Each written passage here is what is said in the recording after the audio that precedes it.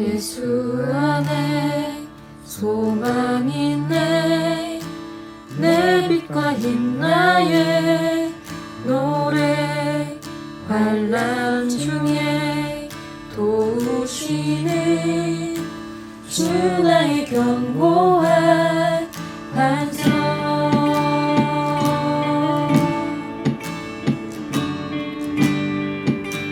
예수 안에 소망이 있네. 예수 안에 소망이 있네. 내 빛과 힘 나의 노래. 환난 중에 도우시는 주 나의 견고한 반석. 그 신사랑 그 신평화 두려움에서 날 건지네. 내 위로자 내 모든 것 주 사랑 안에서 이라.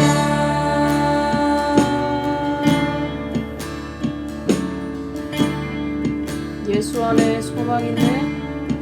예수 안에 소망 있네. 내 빛과 힘 나의 노래. 환난 중에 도우시는 주 나의 견고한 그 신사랑 그 신사랑 그 신평화 두려움에서 날 건지네. 내 위로자 내 모든 것 주 사랑 안에서. 그 신사랑 그 신사랑 그 신평화 두려움에서 날 건지네. 내 위로자 내 모든 것 주 사랑 안에서 이라.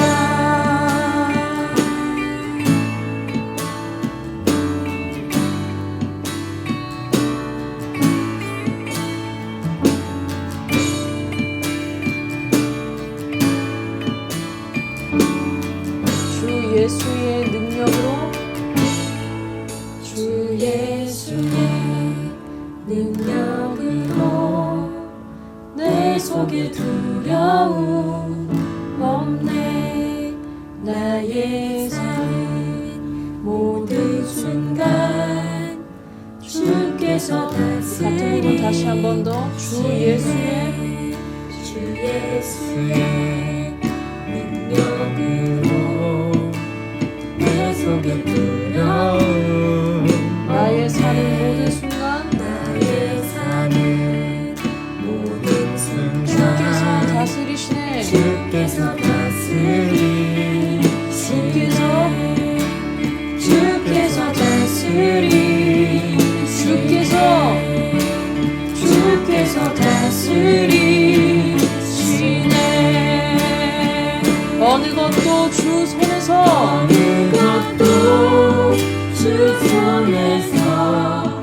날 빼앗지 못하리라.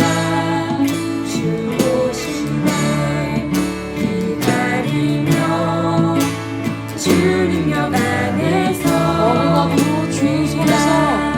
어느 것도 주 손에서 날 빼앗지 못하리라. 주 오신 날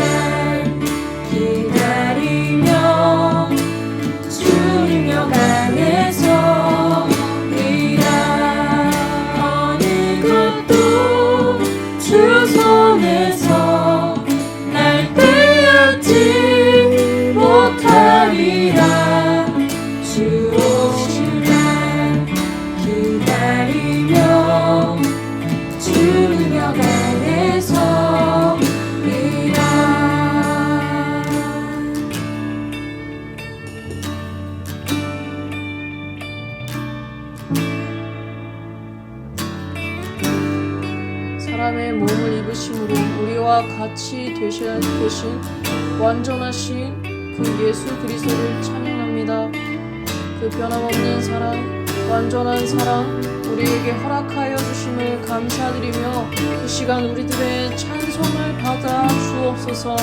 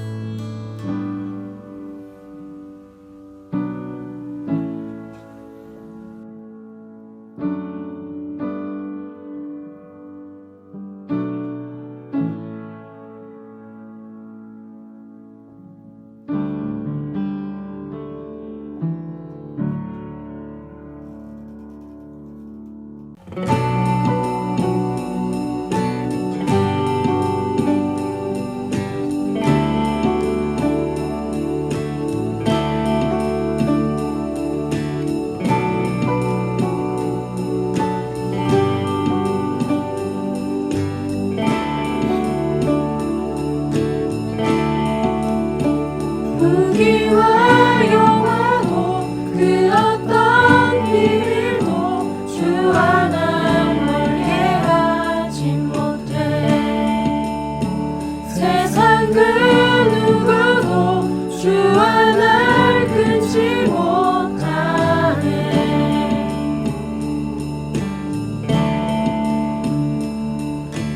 예수 날 구하시는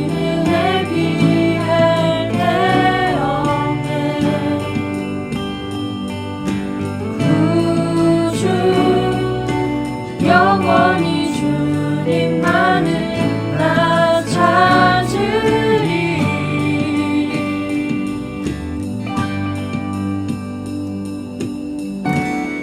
나의 전부 주께 드리리.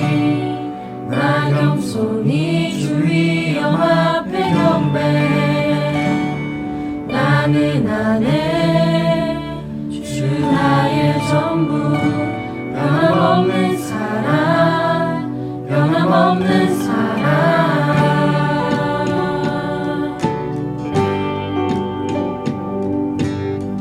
이절로 고백합시다. 자랑을 버리고 욕심도 버리고 영과 진리로 경배하리. 꿈과 명성보다 더 값진 주님 찾으리.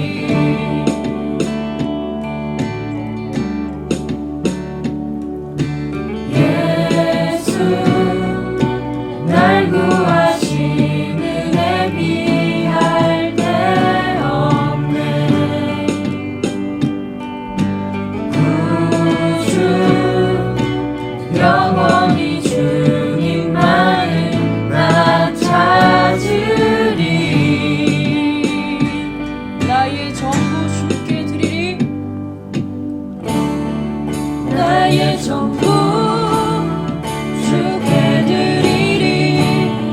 나 겸손히 주의 영 앞에 경배해.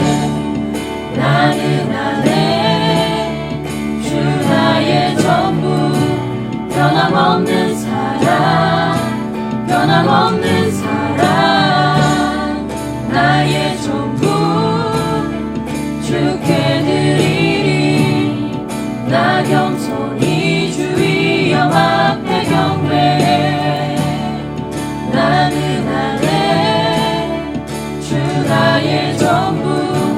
변함없는 사랑, 변함없는 사랑.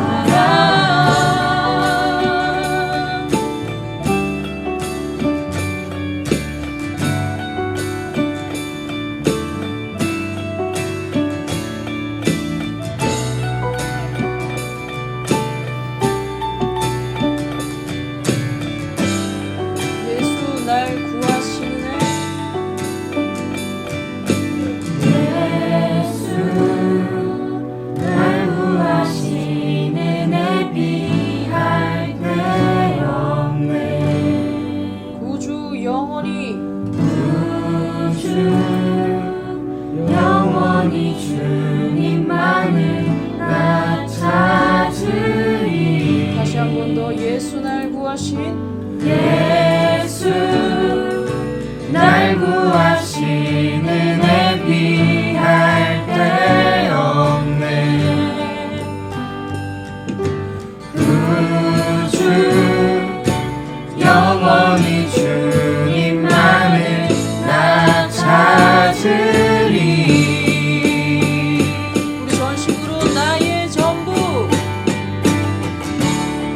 나의 전부 주께 드리리.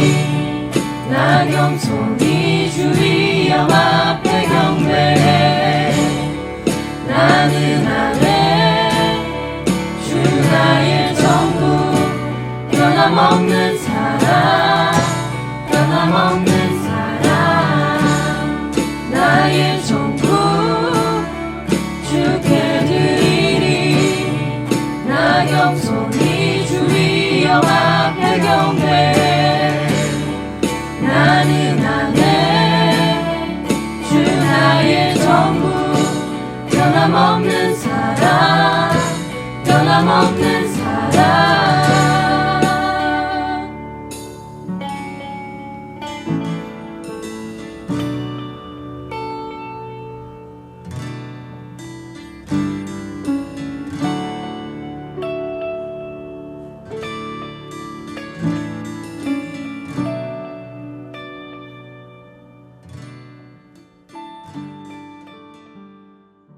다 같이 기도드리겠습니다.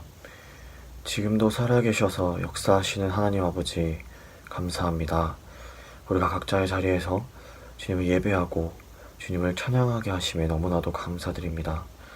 주님, 지금 전 세계에 퍼져있는 코로나 바이러스, 그 바이러스 때문에 많이 두려움을 떠는 자들과 그 감염자들이 주님께서 위로할 수 있도록 우리가 그 자들을 위해서 기도하게 하시고 그 자들의 아픔을 함께 나눌 수 있는 그러한 그리스도인으로 살아갈 수 있는 우리가 되게 하여 주시옵소서.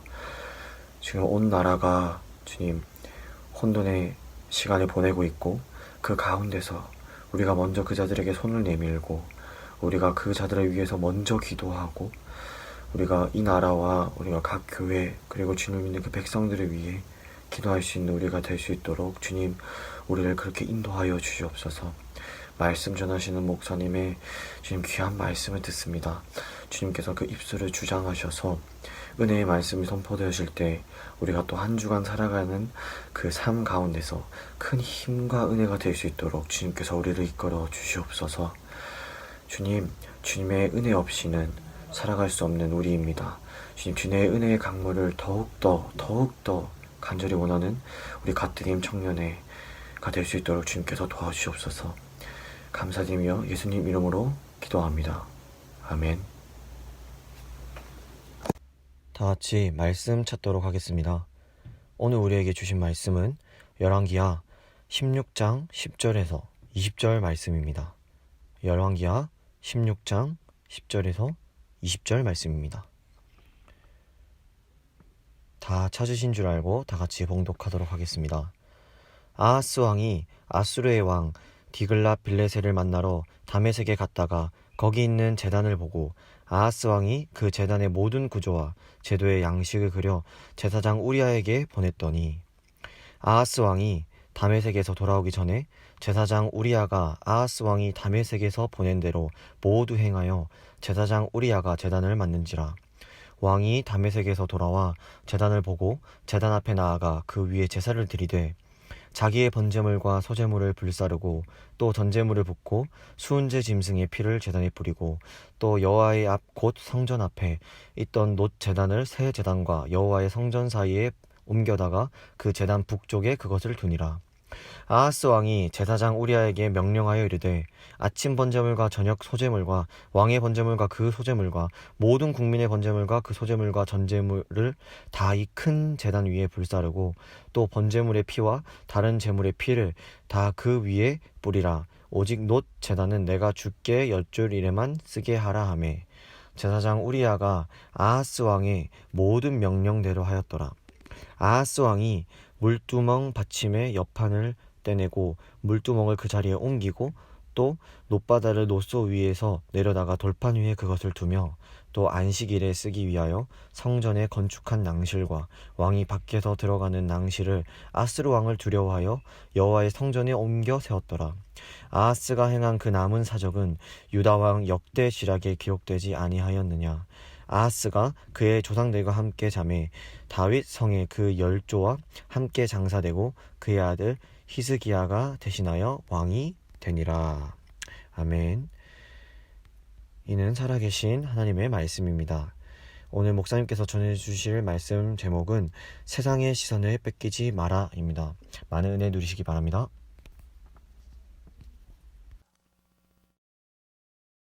샬롬. 한 주간 잘 지내셨나요? 이렇게 또 영상으로 만나 뵙게 되었습니다. 이제 뭐 다음 주일이나 뭐 다다음 주일이나 잘 모르겠어요, 아직까지. 그러나 일단 다음 주쯤에는 얼굴을 볼 수 있을 것 같습니다. 한 주간 더 우리가 또 이렇게 영상으로 예배드리지만 또 우리가 드리는 이 자리에서 정말 하나님의 임재를 경험하고 우리가 마음을 다해서 정성을 다해서 우리의 뜻을 다해서 생명을 다해서 드리는 그러한 예배가 될 수 있기를 간절히 소망합니다. 오늘 이제 말씀을 우리 살펴보는데요. 자, 지난 시간에 이어서 뒤에 부분의 말씀을 한번 보도록 하겠습니다. 자, 오늘 본문 바로 앞에 우리 지난 시간에 열왕기하 15장에 우리 아사랴 왕, 아사랴라고도 하고 또 다른 이름은 우시야라고도 합니다. 자, 그 우시야 왕, 아사랴 왕에 대해서 살펴봤는데, 자, 15장 뒷부분에 보면 제가 지난 시간에 북이스라엘의 5명의 왕, 그리고 남유다의 2명의 왕이라고 소개를 드렸습니다. 자, 그 나머지 왕들에 대한 이야기를 잠깐만 살펴보고 갑시다. 자, 우리 8절부터 보면 12절까지는 이제 북이스라엘의 스가랴 왕에 대해서 나옵니다. 자, 이 스가랴 왕은 8절에 보니까 사마리아에서 6달 동안 이스라엘을 다스렸다, 그렇게 나옵니다.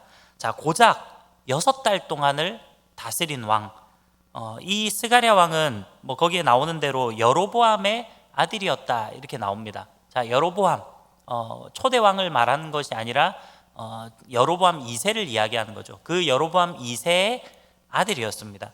자, 그런데 고작 6개월 동안 통치를 하지 않아요. 자, 9절에 보니까 그의 조상들의 행위대로 여호와 보시기에 악을 행하여 이스라엘로 범죄하게 한 느밧의 아들 여로보암에 대해서 떠나지 아니한지라. 전형적인 북이스라엘의 왕들의 그런 죄악된 모습, 항상 여로보암의 길로 행했다라는 평가를 하고 있습니다. 자, 그러면서 10절에 보니까 야베스의 아들 살룸이 그를 반역하여 백성 앞에서 쳐 죽이고 대신하여 왕이 되니라. 자, 살룸이라는 사람이 반역을 일으켰다라고 나와요.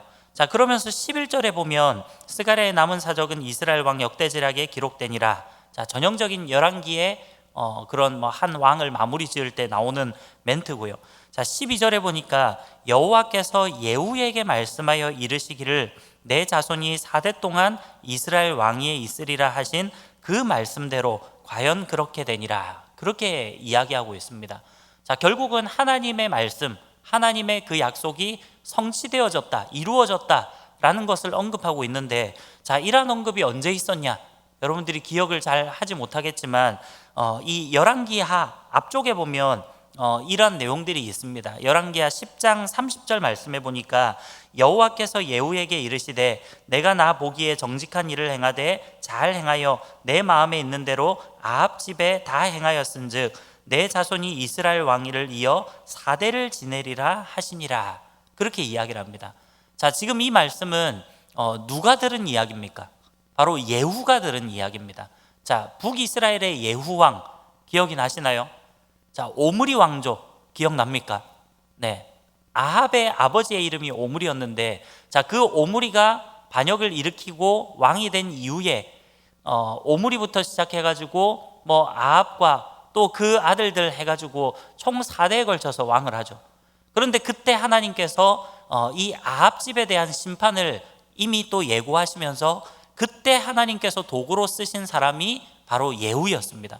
그래서 하나님께서 지금 열왕기하 10장 30절에서 말씀하시는 것이 바로 하나님께서 이 예후에게 네가 아합의 집을 멸망시켰기 때문에 내가 네 자손이 이스라엘 왕위를 이어 4대 동안 그렇게 왕위를 이어갈 수 있도록 하겠다라고 말씀하시는 거예요. 자, 이것대로 결국 예후도 그 자손들까지 해가지고 자, 결국 4대에 걸쳐서 왕이 됩니다. 자, 그래서 이 스가랴는 예후 왕조의 마지막 왕이 되겠죠. 자, 오늘 스가랴 왕에 대해서 짧게 소개가 되어 있고요. 자, 그 다음 13절부터 16절을 보면 북이스라엘의 살룸 왕에 대해서 나옵니다. 자, 아까 스가랴 왕을 죽이고 반역한 그런 살룸이라는 사람이 왕이 됩니다. 자, 이 살룸 왕을 보니까 한 달 동안 다스렸다 이렇게 나와요. 자, 13절에 보니까 한 달 동안 다스리니라. 네, 더 심하죠. 6개월도 아니고 고작 한 달 동안 다스립니다. 그리고 14절에 보니까 가디의 아들 므나헴이 디르사에서부터 사마리아로 올라가서 야베스의 아들 살룸을 거기서 쳐 죽이고 대신하여 왕이 되니라 이렇게 나옵니다. 네, 결국 이 살룸은 자기도 반역을 일으키고 왕이 됐지만 불과 한 달 만에 왕위를 다시금 빼앗기게 되는 그런 좀 비참한 인생을 살았던 왕이라고 볼 수 있습니다. 자, 15절 16절에 보면 살룸의 남은 사적과 그가 반역한 일은 이스라엘 왕 역대지락에 기록되니라. 그때 므나헴이 디르사에서 와서 딥사와 그 가운데 있는 모든 사람과 그 사방을 쳤으니 이는 그들이 성문을 열지 아니하였음이라. 그러므로 그들이 그곳을 치고 그 가운데 아이벤 부녀를 갈랐더라 이렇게 기록하고 있습니다. 자, 지금 이것은 무슨 이야기냐면 므나헴이 이 살룸을 공격하기 위해서 반역을 일으킬 때 쳐들어왔을 때 그때 이 살룸이 나름대로는 그 성 안에서 문을 열어주지 않고 나름대로는 잘 버티려고 했던 것 같아요. 그러나 므나헴이 너무나도 강했습니다. 그래서 이 디르사에 와가지고 그 딥사에 있는 그 모든 것들을 다 치고 그래서 결국은 아이벤 부녀를 갈랐다라고 말하는 것은 그만큼 그 다음 왕이었던 므나헴이 아주 잔인한 왕이었다라는 것을 단적으로 보여주는 그러한 예입니다. 자, 어쨌든 이 살룸 왕은 고작 자기도 반역을 일으켰지만 고작 한 달 동안 왕이 되고 결국은 이 므나헴에게 다시금 왕위를 물려주게 되는 빼앗기게 되는 그러한 비참한 왕이 바로 살룸 왕이었습니다. 자, 그 다음에 17절부터 등장하는 왕은 바로 이스라엘 왕 므나헴입니다. 방금 전에 이야기했지만 이 므나헴은 바로 반역을 일으키고 살룸을 물리치고 이스라엘의 왕이 되었습니다. 자, 이 므나헴은 10년간을 다스립니다. 10년 동안 북이스라엘을 통치하게 되는데 18절에 보면 역시나 북이스라엘의 전형적인 왕들의 그러한 악을 행하는 이야기, 결국 여로보암의 죄악의 길로 행했다라는 기록을 역시나 이 므나헴도 하고 있습니다. 그리고 19절에 보면 아수르 왕 불이 와서 그 땅을 치려하며 므나헴이 은 1000달란트를 불에게 주어서 그로 자기를 도와주게 함으로 나라를 자기 손에 굳게 세우고자 하여 그렇게 나옵니다. 자, 이 당시에 아수르의 왕의 이름이 불이라는 왕입니다. 그 아수르 왕이 쳐들어온 거예요.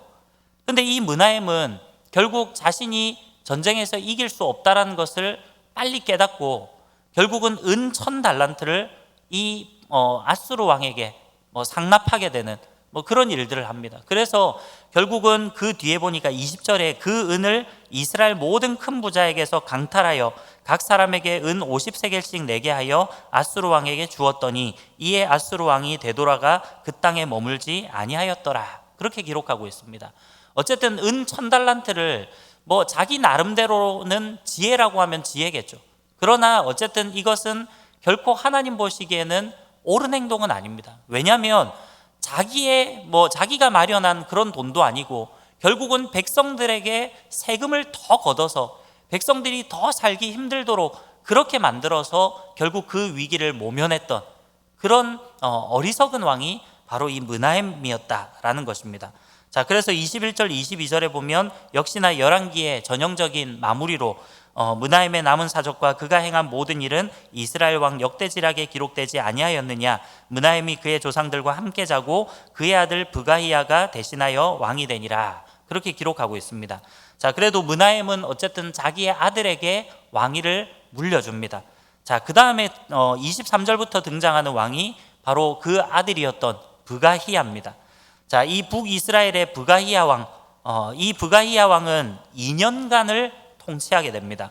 자, 역시나 24절에 보면 여로보암의 길로 행했다라고 기록하고 있고요.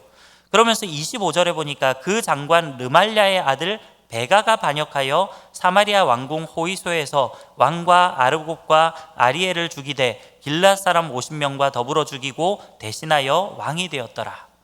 결국 이 브가히야는 2년 만에 반역을 당하고 그렇게 비참하게 죽은 또 왕이 됩니다. 자, 그때 베가라는 사람이 결국 반역을 일으키고 또 새로운 왕이 됩니다. 자, 그리고 27절에 보면 이제 이스라엘 왕 베가에 대해서, 방금 전에 반역을 일으켰던 그 베가에 대해서 이야기를 합니다. 자, 27절에 보니까 유다의 왕 아사랴 제52년에 르말랴의 아들 베가가 이스라엘 왕이 되어 사마리아에서 20년간 다스리며, 자, 이 베가는 20년간을 통치합니다. 그래도 나름대로 지금 이 5명의 왕이 짤막짤막하게 기록이 되어 있는데 그 중에서는 가장 긴 통치 기간입니다. 자, 그러면서 28절에 보면 역시나 이 베가도 여호와 보시기에 악을 행했다, 바로 여로보암의 길로 행했다, 그렇게 이야기를 합니다. 그리고 29절에 보니까 이스라엘 왕 베가 때에 아수르 왕 디글라 빌레셀이 와서 이용과 아벨벳 마아가와 야노아와 게데스와 하솔과 길르앗과 갈릴리와 납달리 온 땅을 점령하고 그 백성을 사로잡아 아수르로 옮겼더라, 그렇게 기록되고 있습니다. 결국 이제 이 북이스라엘이 점점 패망의 길로 걸어가고 있는 그 시점인데, 이제 이 아수르의 디글랏 빌레셋 왕이 쳐들어와서 이 이스라엘, 북이스라엘의 많은 도시를 점령하고 아수르로 그 백성을 사로잡아서 옮겨갔다라는 기록이 나옵니다. 자, 그 다음에 30절에 보니까 우시아의 아들 요담 제20년에 엘라의 아들 호세아가 반역하여 르말랴의 아들 베가를 쳐서 죽이고 대신하여 왕이 되니라. 이 베가도 반역으로서 왕이 되었는데 결국 자기도 반역을 당하고 왕위를 빼앗기게 됩니다. 자, 그래서 31절에 보면 역시나 열왕기의 전형적인 마무리로서 베가의 남은 사적과 그가 행한 모든 일은 이스라엘 왕 역대지략에 기록되니라, 그렇게 나옵니다. 자, 이렇게 북이스라엘의 5명의 왕이 지금 이 열왕기하 15장 뒷부분에 쭉 연이어서 등장을 합니다. 자, 보면 지금까지 들었지만은 이 5명들은 전부 다 통치 기간이 그렇게 길지는 않습니다. 6개월, 고작 한 달, 그리고 조금 길어봐야 10년.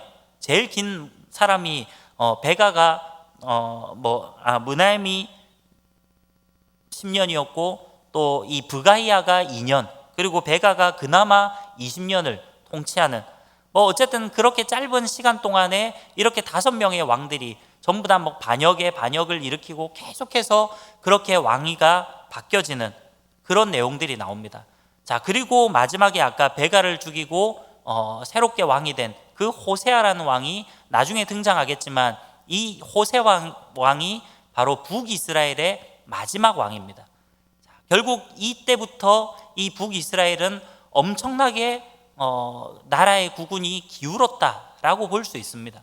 자, 그리고 이 열왕기에서는 특별히 북이스라엘 왕들에 대해서 자세하게 언급하고 있지는 않지만 우리가 많은 선지서들을 볼 때, 특히나 이제 북이스라엘에서 활동했던 선지자들의 그런 선지서들을 볼 때 이 당시 북이스라엘은 정말로 정의가 없고 공의가 없고 부정과 부패가 난무한, 그야말로 정말 무법천지의 그런 죄악된 도시, 그러한 죄악된 나라가 바로 북이스라엘이었다라는 것을 우리가 많은 선지서들을 통해서 알 수가 있습니다.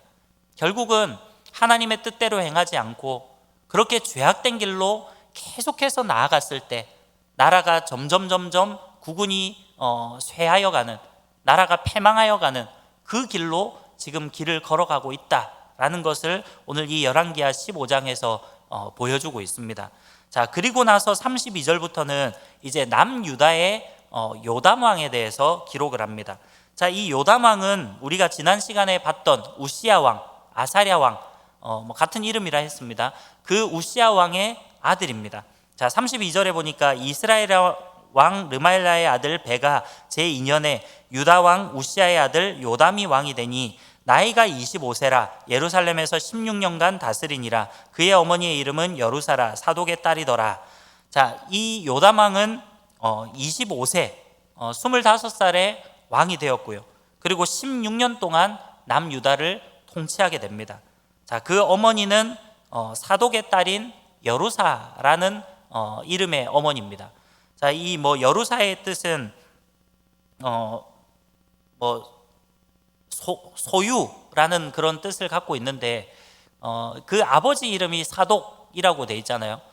이 사독은 우리가 다윗 시대 때 대제사장을 했던 그런 사람의 이름이 사독인데 같은 사람은 아닙니다. 한 200년 정도의 시대 차이가 있기 때문에 같은 사람은 아니지만 주로 사독이라는 이름 자체가 레위족 속에 많이 붙여진 이름입니다. 아마도 그 집안 사람으로 우리가 추정해 볼 수 있고요. 그렇다면 제사장 가문일 가능성이 큽니다.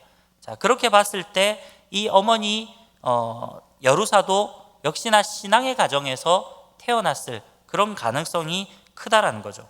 자, 그래서 34절에 보니까 요담이 그의 아버지 우시아의 모든 행위대로 여호와께서 보시기에 정직히 행하였으나, 자, 우리가 지난 시간에 나왔던 우시아도 그렇고 그 앞에 나왔던 아마샤도 그렇고 계속해서 우리가 2주 동안 그것을 살폈는데 오늘 이 요담 왕도 역시나 마찬가지로 아마 엄마의 이름이 이렇게 언급이 돼 있는 걸로 볼 때는 나름대로 신앙적으로 또 엄마의 영향을 많이 받았을 거라 생각을 해요.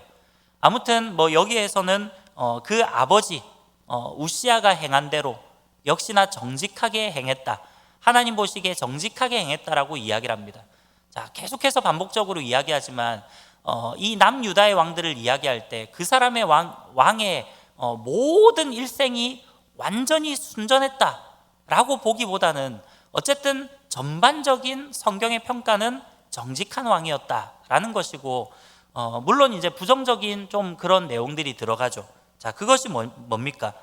자기 아버지도 그랬고 그 할아버지도 그랬고 계속해서 지금 나오고 있는 그 패턴입니다. 바로 35절에 보니까 오직 산당을 제거하지 아니하였으므로 백성이 여전히 그 산당에서 제사를 드리며 분향하였더라. 요담이 여호와의 성전의 윗문을 건축하니라. 이렇게 기록되어 있습니다. 자, 어쨌든 산당 제거는 하지 못했다. 그렇기 때문에 백성들이 여전히 산당에서 제사를 드렸다, 분향을 했다. 자, 이것은 좀 부정적인 의미를 이야기하는 것입니다. 자, 그럼에도 불구하고 요담은 여호와의 성전 윗문을 건축했다라고 나옵니다. 자, 성전의 윗문을 건축했다. 어쨌든 성전에 대한 수리 또는 그것에 대한 보수 이런 것들은 항상 이 왕이 나름대로 업적 가운데 하나이기도 하고요.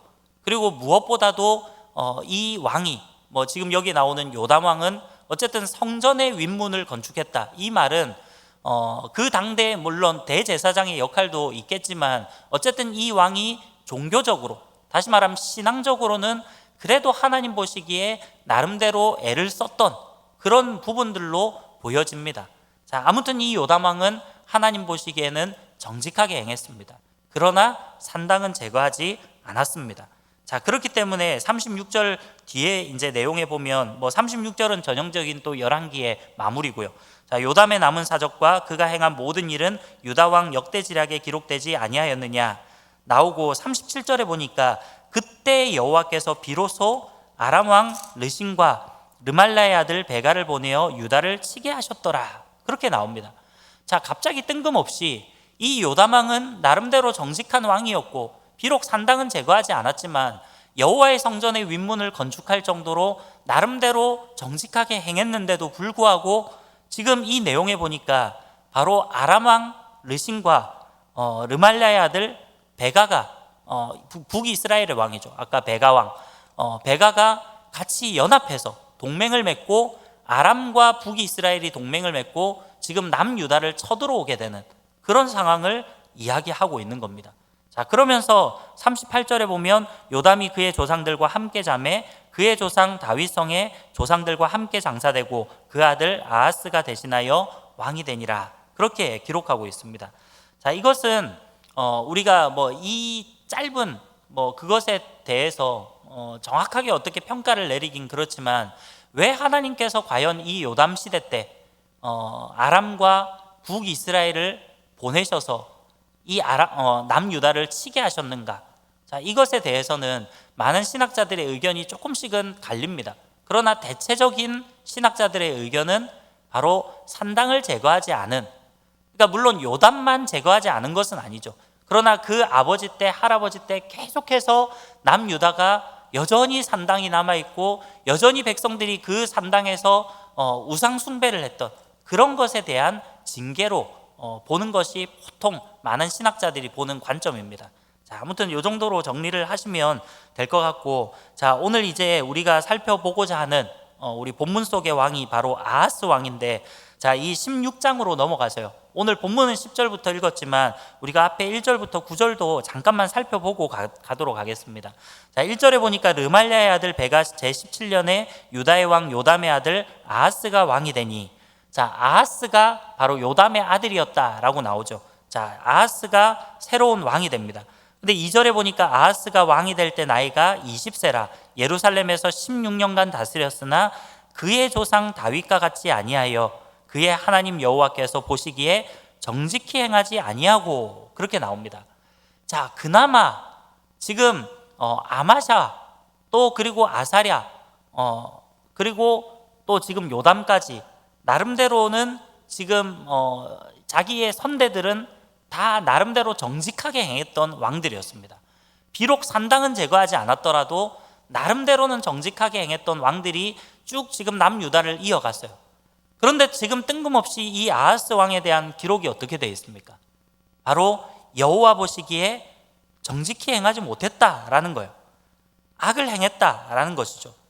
그러면서 3절에 보니까 이스라엘의 여러 왕의 길로 행하며 또 여호와께서 이스라엘 자손 앞에서 쫓아내신 이방 사람의 가증한 일을 따라 자기 아들을 불 가운데로 지나가게 하며, 이렇게 나옵니다.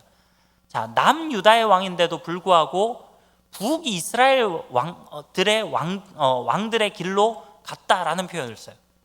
이 말은 비록 직접적으로 표현하지는 않았지만 결국 이 아하스 왕은 남유다 왕임에도 불구하고 바로 여로보암의 길로 행하는 그런 너무나도 악했던 왕이다라고 성경은 평가를 하고 있습니다.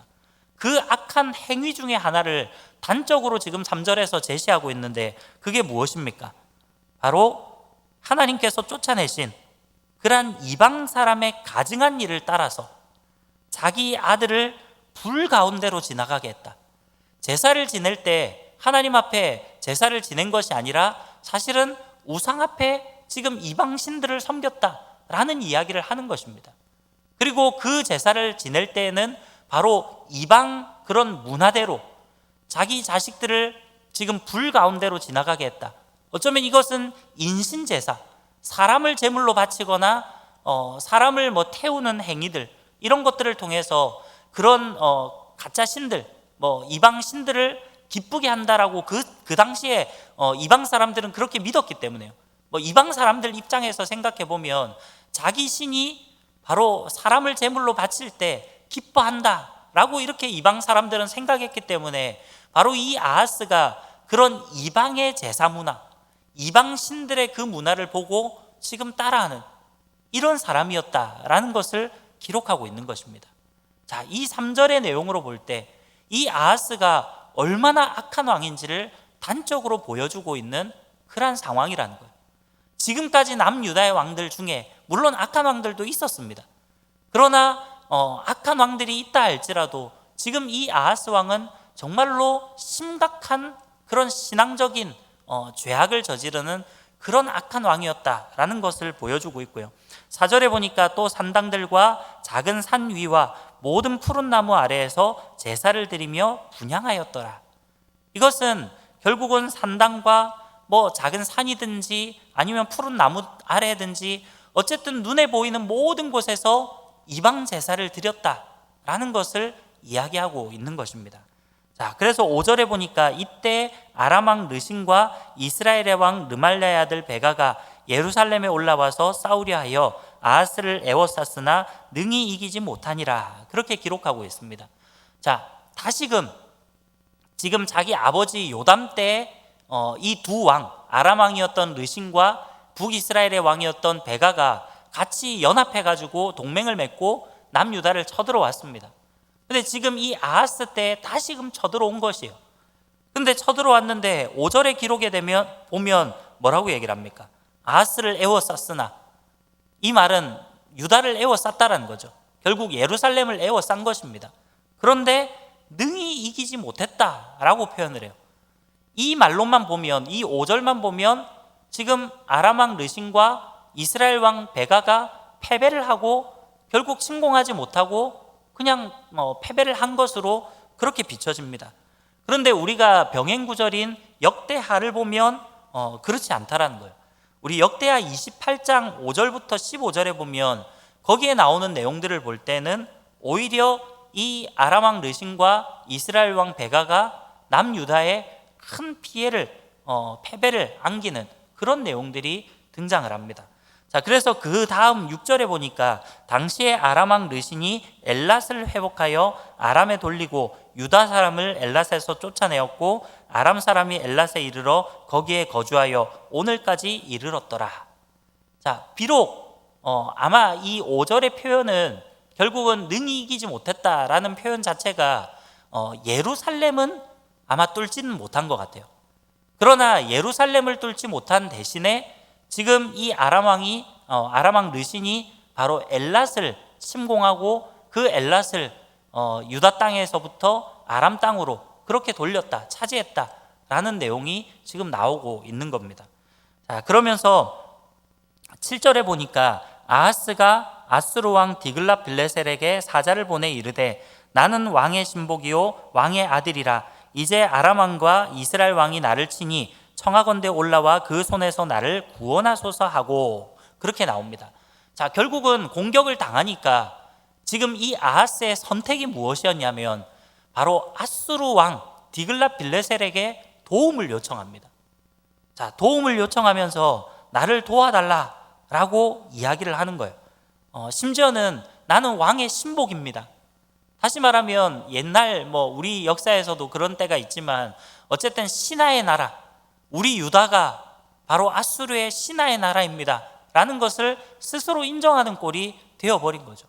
자, 그러면서 이 아수르 왕 디글랏 빌레셀에게 도움을 요청합니다. 그러면서 8절에 보니까 아하스가 여호와의 성전과 왕궁 곳간에 있는 은금을 내어다가 아수르 왕에게 예물로 보냈더니 이렇게 기록되어 있습니다. 자, 지금 이 아하스는 이 디글랏 빌레셀의 마음을 사기 위해서 여호와의 성전과 왕궁 곳간에 있던 그 은금들, 그 보물들, 그 모든 것들을 또 이 아수르 왕, 이방 왕에게 상납하고 바쳤다라는 거예요. 이것이 얼마나 비극적입니까? 하나님의 성전에 있는 그 성전 기물들을 지금 전쟁에서 이기기 위해서 이방 왕에게 그것을 갖다 바치는 그런 너무나도 비신앙적인 행위를 했던 사람이 바로 이 아하스 왕이었다라는 겁니다. 자, 그러면서 9절에 보니까 아수르 왕이 그 청을 듣고 곧 올라와서 다메섹을 쳐서 점령하여 그 백성을 사로잡아 기르로 옮기고 또 르신을 죽였더라. 이렇게 기록되어 있습니다. 자, 그 이야기 도움을 청하니까 이 아수르 왕 디글랏 빌레셀이 가만히 생각을 해보니까 그러면 지금 이 아람 왕이 지금 남유다를 치고 있는 상태고 그러면 아람의 이 다메섹은 지금 제대로 방비가 안 되겠구나라고 아마 판단을 했던 것 같아요. 그래서 이 디글랏 빌레셀은 다메섹을 침공을 합니다. 그 당시에 다메섹은 아람의 수도였습니다. 그래서 아람의 본진으로 바로 쳐들어간 거예요. 그리고 나서 결국 그곳에서 아람 왕 르신을 죽였다라고 기록이 되어 있습니다. 어쨌든 이 아수르 왕의 입장에서는 아하스 왕의 요청대로 아하스를 도와준 꼴이 됐고요. 결국은 그러면서 그 당시에 이 고대 근동 지역의 패권을 이 아수르가 차지하게 되는 결정적인 그런 계기가 됩니다.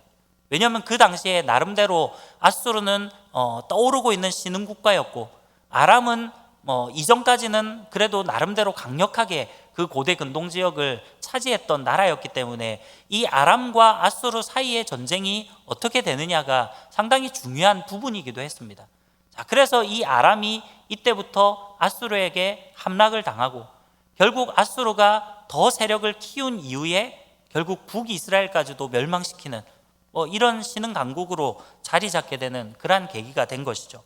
자, 그리고 나서 오늘 본문을 한번 보도록 하겠습니다. 자, 오늘 본문 10절에 보니까 아하스 왕이 아수르의 왕 디글랏빌레셀을 만나러 다메섹에 갔다가 거기 있는 제단을 보고 아하스 왕이 그 제단의 모든 구조와 제도의 양식을 그려 제사장 우리아에게 보냈더니, 그렇게 기록을 합니다. 자, 지금 이게 무슨 말이냐면, 자, 아까 나왔지만 디글랏빌레셀이 지금 아람의 다메섹을 침공했습니다. 그리고 그것이 성공을 거두었고 다메섹에서 또 르신을 잡아서 결국 죽이게 되는 그런 나름대로의 이 아수르 왕 입장에서는 그런 전쟁에서 승리하는 쾌거를 거두죠. 자, 그 소식을 듣고 이 아하스 왕이 디글랏빌레셀을 만나기 위해서 다메섹으로 간 거예요.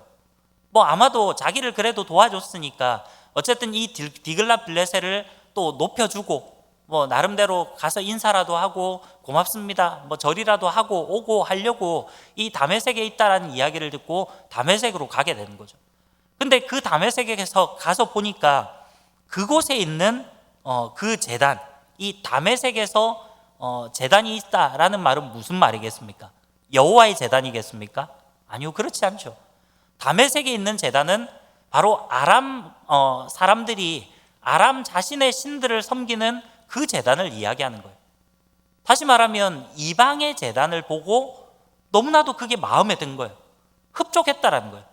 그래서 이것을 그 모든 제단의 구조와 제도의 양식과 이런 것들을 다 그려가지고, 물론 자기가 직접 그린 건 아니겠죠. 같이 따라간 신하에게 그리라고 했겠죠.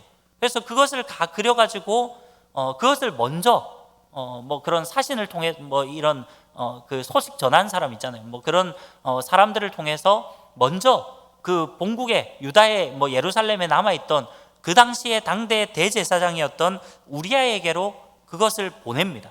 그래서 이것을 만들어라 라고 명령을 내린 거예요. 자, 그랬더니 11절에 보니까 아하스 왕이 다메섹에서 돌아오기 전에 제사장 우리아가 아하스 왕이 다메섹에서 보낸 대로 모두 행하여 제사장 우리아가 제단을 만든지라. 자, 아하스 왕이 보낸 대로 그 다메섹에 있던 제단의 그 모든 규격대로 그것을 대제사장이었던 우리아가 아하스 왕이 다메섹에서 돌아오기 이전에 그것을 만들어 놓는 거, 세팅하는 거를 완성지었다라는 거예요. 자, 그러면서 12절에 보니까 왕이 다메섹에서 돌아와 제단을 보고 제단 앞에 나아가 그 위에 제사를 드리되 자기의 번제물과 소제물을 불사르고 또 전제물을 붓고 수은제 짐승의 피를 제단에 뿌리고 또 여호와의 앞 곧 성전 앞에 있던 놋 제단을 새 제단과 여호와의 성전 사이에서 옮겨다가 그 제단 북쪽에 그것을 두니라. 그렇게 이야기를 합니다. 자, 이 아하스 왕이 이제 다메섹에서 다시 예루살렘으로 돌아온 이후에 이 대제사장 우리아가 다메섹의 그 제단의 모형대로 그렇게 만들어 놓은 새 제단을 보고 그곳에서 제사를 드리려고 했다라는 거예요. 그리고 심지어는 기존에 있었던 성전의 그 놋 제단을 옮겨다가 놓았다는 거예요. 자, 그러면서 15절에 보니까 아하스 왕이 제사장 우리아에게 명령하여 이르되 아침 번제물과 저녁 소제물과 왕의 번제물과 그 소제물과 모든 국민의 번제물과 그 소제물과 전제물을 다 이 큰 제단 위에 불사르고 또 번제물의 피와 다른 제물의 피를 다 그 위에 뿌리라. 오직 놋 제단은 내가 주께 여쭐 일에만 쓰게 하라 하매. 이렇게 기록을 합니다. 자, 무슨 말이냐면 모든 국민들이 드리는 사람들이 드리는 제사장들이 드리는 그런 모든 제사나 제물들은 다 새 제단에 그 크게 지은 다메섹에서 본 대로 새롭게 지은 그 제단에다가 다 드리라는 거예요. 그리고 이전에 있었던 그 옮겨다 놓은 놋 제단에는 오직 왕만이 아하스 왕만이 그곳에서 주께 여쭐 일에만 쓰게 하라 라고 합니다. 이것은 그 당시에 나름대로 이렇게 점치는 행위로 보일 수도 있고, 어쨌든 지금 여기에 보면 주께 여쭐 것, 주께 여쭐 일에만 쓰게 하라 라고 이야기를 하니까 마치 우리가 잘못 이해할 때는 그래도 이 아하스 왕이 여호와 하나님을 섬기고 여호와 하나님께 그래도 묻고 기도하고 했구나, 이렇게 생각할 수도 있지만 사실은 그렇진 않습니다. 이것은 주라는 이야기는 우리가 보통 주님, 뭐 주여 이렇게 부르잖아요. 근데 그것은 주인이라는 뜻이에요.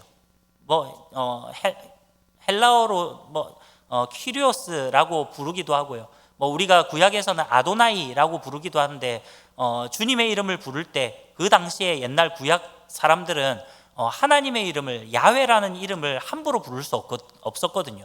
그렇기 때문에 아도나이, 주라는 주인이라는 뜻의 이름으로 바꿔서 쓰기도 했습니다. 자, 아무튼 우리가 그래서 하나님을 나의 주인으로 모시기 때문에 하나님을 주라고 그렇게 표현하지만, 그러나 그 당시 고대 근동 지역의 문화는 나의 주인에게도 퀴리오스, 주인이라고 부르는 거예요. 자, 그렇기 때문에 여기서 주께 여쭌다라는 것은 꼭 하나님께 기도하고 하나님께 묻는다라는 그런 의미는 아닙니다. 바로 이 아하스 왕이 지금까지 보여줬던 그런 행위를 볼 때는 이방 신들 앞에 점치는 그런 행위를 할 때는 자기가 기존에 있었던 놋 제단을 사용하겠다라는 의미로 받아들이는 것이 더 이해하기가 쉬울 것 같아요. 자, 아무튼 그렇게 했더니 16절에 보니까 제사장 우리아가 아하스 왕의 모든 명령대로 행하였더라, 그렇게 이야기를 하고 있습니다. 자, 결국은 이 아하스 왕은 너무나도 악한 왕이기도 하고 이방의 문화를 바라보면서 이방의 그런 것들이 더 좋아 보였던 거예요. 하나님을 제대로 섬기지 않은 이 아하스 왕은 그저 세상의 것들에 시선이 고정돼서 세상의 것들을 바라볼 때 그것이 너무나도 좋게 보였다라는 겁니다. 자, 마지막까지 보고 결론을 짓겠습니다. 우리 17절에 보니까 아하스 왕이 물두멍 받침에 옆판을 떼내고 물두멍을 그 자리에서 옮기고 또 놋 바다를 놋소 위에서 내려다가 돌판 위에 그것을 두며 또 안식일에 쓰기 위하여 성전에 건축한 낭실과 왕이 밖에서 들어가는 낭실을 아수르 왕을 두려워하여 여호와의 성전에 옮겨 세웠더라, 그렇게 기록을 합니다. 자, 이것은 지금 성전의 기물이나 이런 것들을 자기 마음대로 임의대로 개조했다라는 것을 지금 보여주고 있는 것이고요. 특별히 18절에 마지막에 보니까 그 낭실, 성전에 건축한 낭실과 왕이 밖에서 들어가는 낭실을 아수르 왕을 두려워하여서 여호와의 성전에 옮겨 세웠다라고 기록한 것은, 이 낭실이라는 것은 이렇게 원래 덮어두는 뚜껑 같은 것인데 그 당시에 이렇게 성전으로 들어가는 나름대로 카페트 같은 깔아놓는 그런 것을 이야기합니다. 그래서 그 당시에 많은 왕들이 이 왕이 들어가는 낭실이 따로 있었습니다. 그런데 지금 그것을 옮겨다가 둔 거예요. 자, 이 말은 지금 아하스 왕이 아수르 왕의 그 디글랏빌레셀의 눈치를 상당히 보고 있는 겁니다. 다시 말하면 디글랏빌레셀에게 두려움도 갖고 있고요, 동시에 잘 보이려고 하는 그런 마음들을 가지고 있었다라는 것을 의미하는 것입니다. 그래서 그것을 그렇게 자기 임의대로 개조하고 옮겨 세웠다라고 표현하고 있고요. 마지막 19절과 20절은 역시나 11개에서 전형적인 한 왕의 마무리를 하고 있는데, 19절부터 보면 아하스가 행한 그 남은 사적은 유다왕 역대지략에 기록되지 아니하였느냐. 아하스가 그의 조상들과 함께 자매 다윗성에 그 열조와 함께 장사되고 그의 아들 히스기야가 대신하여 왕이 되니라, 그렇게 기록하고 있습니다. 자, 어쨌든 이 아하스라는 왕, 자, 이 아하스 왕에 대해서 오늘 열왕기하 16장에서 기록하고 있는데, 우리가 이 아하스 왕을 오늘 좀 생각을 하면서 우리의 삶에 좀 적용시켜서 생각을 해봤으면 좋겠습니다. 아까도 제가 말씀드렸지만 이 아하스 왕은 하나님보다도 세상을 더 사랑하고 하나님보다도 세상의 것이 더 좋게 보이고 오히려 세상의 것에 더 기대고 세상에 소망을 두고 그렇게 나아갔던 전형적인 왕이 바로 이 아하스 왕이라는 거예요. 정말 세상의 것이 너무나도 눈에 들어오기 때문에 하나님은 눈에 보이지 않는 거예요. 사랑하는 우리 청년 여러분, 여러분의 삶은 어떻습니까? 때로는 우리가 이 땅 가운데 살아가면서 정말 세상의 좋은 것들을 보면서 우리도 모르게 거기에 시선이 팔리는 그런 일들이 우리 가운데도 있지는 않습니까? 우리가 하나님을 섬기고 하나님을 믿는 하나님의 자녀라고 말하면서도 사실 세상 가운데 나아가서 우리도 세상 속에서 뭔가 대접받고 싶고 뭔가 세상 사람들로부터 칭찬받고 싶고 좀 더 뭐 표현하면 세상에서 좀 내가 승승장구하고 잘 되고 뭐 세상 것들을 많이 누리고 더 높은 자리로 올라가고 그래서 세상에서 떵떵거리며 살아가고 싶은 그것이 우리 사람의 마음 아니겠습니까? 그런데 오늘 이 말씀을 통해서 우리가 깨달아야 되는 것은 무엇입니까? 그것은 바로 하나님보다도 세상에 시선을 두지 말라는 것이에요. 우리는 오직 하나님을 바라보면서 나아가는 자들입니다. 비록 우리가 부족하고 연약할지라도 우리가 하나님을 바라보고 우리의 시선이 하나님께 고정되어서 하나님께서 우리를 사용해 주시고 우리가 하나님 앞에 쓰임 받는다면 비록 지금은 연약해 보이지만 비록 지금은 우리가 뭐 내세울 것 없는 것처럼 보일 수도 있지만 무엇보다도 우리가 하나님께 쓰임 받는다면 그것만큼 축복된 것이 어디에 있을까요? 우리가 하나님께 쓰임 받지 못하면 아무짝에 쓸모없는 그런 인생 아니겠습니까? 세상의 것들이 아무리 좋아 보여도 우리가 세상에서 정말 성공한 인생을 살아간다 할지라도 내가 정말로 잘 되고 그래서 앞으로 좋은 그런 배우자를 만나고 정말 좋은 직장을 다니고 뭐 좋은 돈을 많이 벌고 그래서 내가 떵떵거리며 살아간다 할지라도 결국 이 땅 가운데서 하나님 앞에 쓰임받지 못하면 그것은 축복이 아니라 오히려 저주가 될 수도 있다라는 거예요. 그러나 반면에 어떻습니까? 비록 세상에서는 우리가 그렇게 잘난 것도 아니고 세상에서는 그렇게 떵떵거리지 못한다 할지라도 하나님이 우리를 사용해 주시고 우리가 하나님의 도구가 되어서 이 땅 가운데서 하나님께 쓰임받는 인생을 살아간다면 그것이야말로 정말로 하나님께서 기뻐하시는 그러한 참된 삶을 살아가는 인생 아니겠습니까? 사랑하는 우리 청년 여러분, 정말로 세상의 시선을 두지 않는 저와 여러분들이 되시기를 간절히 소망합니다. 그럼 우리는 사람이기 때문에 뭐 저도 마찬가지예요. 세상의 것들을 좋은 것들을 바라보면 한눈이 팔리게 됩니다. 여러분 우리도 모르게 세상의 것들에 자꾸 시선이 돌아가요. 할 수만 있으면 나도 좀 더 잘 먹고 잘 살고 할 수만 있으면 세상에서 뭔가 돋보이고 뭔가 세상에서 잘 되고 싶은 그것이 우리의 마음 아니겠습니까? 그러나 하나님은 그것을 보시는 것이 아니라 우리가 세상에서 얼마나 성공했느냐 그것을 보시는 것이 아니라 우리의 마음 중심이 얼마나 우리의 시선이 하나님께로 향해 있느냐 하나님은 그것을 보신다라는 겁니다. 사랑하는 우리 청년 여러분, 정말로 지금 뭐 코로나 사태로 인해서 또 여러 가지 세상이 혼란 가운데 있지만 그런 가운데서도 우리가 세상 것들을 바라보지 않고 오직 하나님께로만 우리의 시선을 고정할 수 있는 그러한 저와 여러분들이 되기를 간절히 바랍니다. 우리는 오직 하나님의 자녀이고 하나님의 사람들입니다. 우리가 이 땅 가운데서 비록 떵떵거리는 삶을 살아가지 못한다 할지라도 그것이 중요한 것이 아니라 우리의 시선이 하나님께 고정되어서 하나님께 쓰임받는다면 우리는 결국 정말 하나님께로부터 놀라운 복을 받는 그러한 인생이 되어진다라는 것입니다.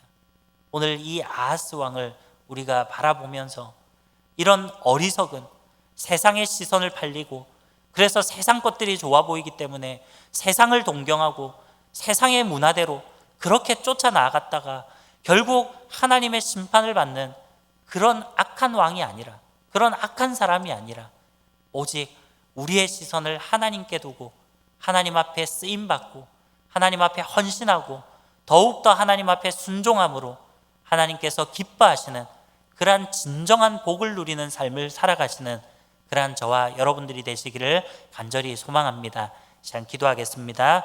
사랑과 은혜가 풍성하신 하나님, 하나님께서 우리 사랑하는 청년들 그 삶을 지켜주시고 인도해 주심을 감사합니다.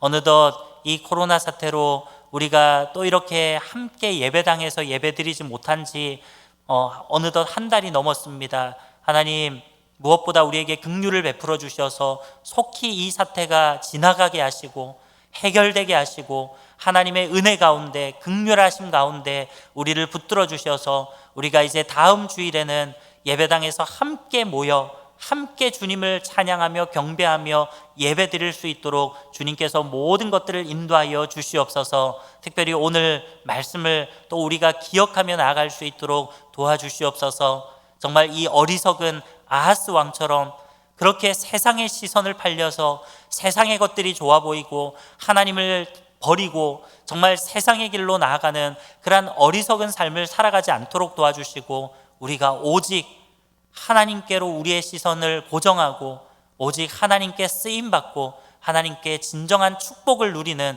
그러한 우리의 삶이 될 수 있도록 인도해 주시옵소서. 그래서 우리 모든 청년들 나아가는 걸음걸음마다 하나님께서 늘 성령으로 동행하여 주시고 인도해 주시고 우리가 진정한 주님의 자녀로 살아갈 수 있도록 인도하여 주시옵소서. 모든 것 주님께 감사드리며 살아계신 예수 그리스도의 이름으로 기도하옵나이다. 아멘. 지금은 우리 주 예수 그리스도의 은혜와 하나님 아버지의 무한하신 사랑하심과 성령님의 교통하심과 충만하심이 세상의 시선을 바라보는 것이 아니라 오직 여호와 하나님께로 시선을 고정하고 세상 모든 것들을 버리고 오직 하나님 말씀 앞에 순종하며 헌신하며 주님 뜻대로 나아가기를 소원하는 사랑하는 우리 모든 갓드림 청년들 머리 위에와 나아가는 발걸음 위에 이제로부터 영원토록 함께 있을지어다. 아멘.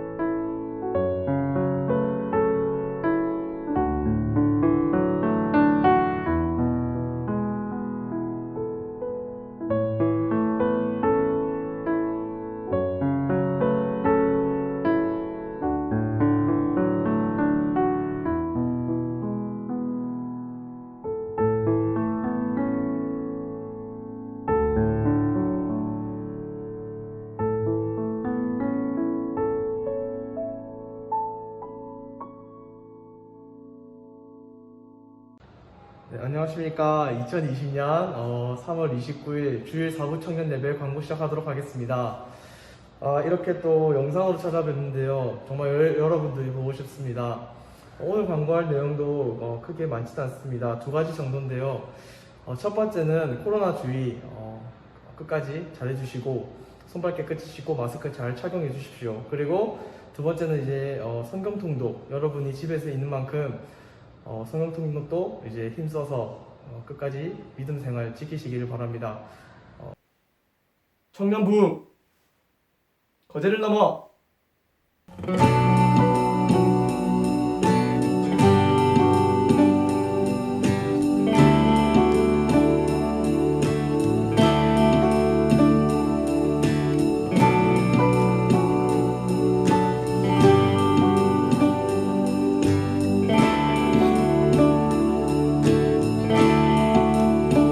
부귀와 영화도 그 어떤 비밀도 주 하나 멀게 하지 못해.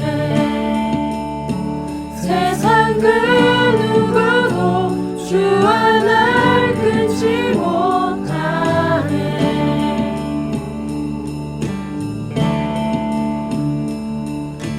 예수 날 구하시는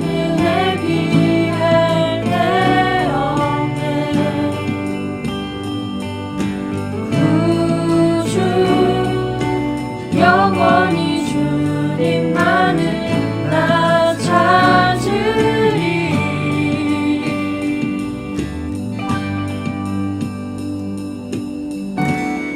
나의 전부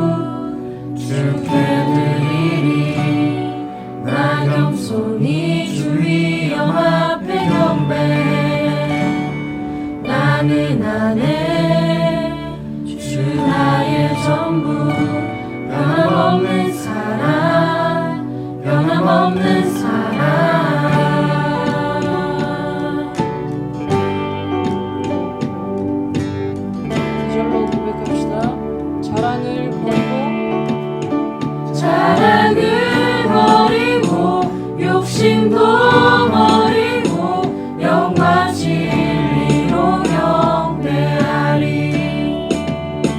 꿈과 명성보다 더 값진 주님 찾으리.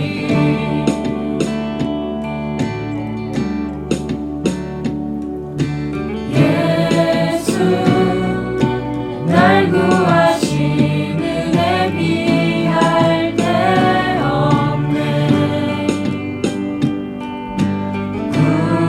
구주 영원히 주님만을 나 찾으리. 나의 전부 주께 드리리. 나의 전부 주께 드리리. 나 겸손히 주님 앞에 경배해. 나는 안에 주 나의 전부. 변함없는 사랑 변함없는 사랑. 나의 전부 주께 드리리. 나 겸손히 주의 영 앞에 경배해. 나는 안에 주 나의 전부. 변함없는 사랑 변함없는 사랑.